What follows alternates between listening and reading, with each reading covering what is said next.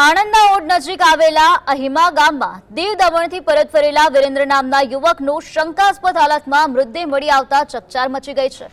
ઘર નજીક આવેલી એક દુકાનના ખાટલામાંથી વિરેન્દ્રનો મૃતદેહ મળી આવ્યો હતો, જેના કારણે પરિવારમાં ભારે ગમગીની છવાઈ ગઈ છે। મૃતક યુવકની જીભ બહાર નીકળેલી હાલતમાં હોવાથી પરિવારે આક્ષેપ કર્યો છે કે તેના જ મિત્રોએ ગળે બેલ્ટથી ટૂંપો આપીને તેની ઘાતકી હત્યા કરી છે। પરિવારજનોના જણાવ્યા અનુસાર યુવકના મિત્રો તેનો મૃતદેહ ત્યાં જ મૂકીને પરિવારને કોઈ પણ જાણ કર્યા વિના ફરાર થઈ ગયા હતા।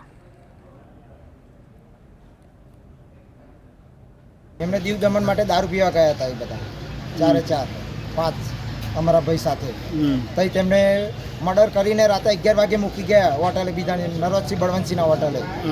અને ડૉક્ટર સાહેબ જ્યારે 108 જાણ અમને કરી નહીં રાતે કેવું થયું। પરિવારજનો કોઈ જાણ થઈ નથી। તમને ક્યારે ખબર પડી? અમને સવારમાં ખબર પડી। અમે સવારમાં સારા દુકાને ગયા અમારા કાકા, ત્યારે ખબર પડી આ ભાઈ મરી ગયેલા છે અમારા।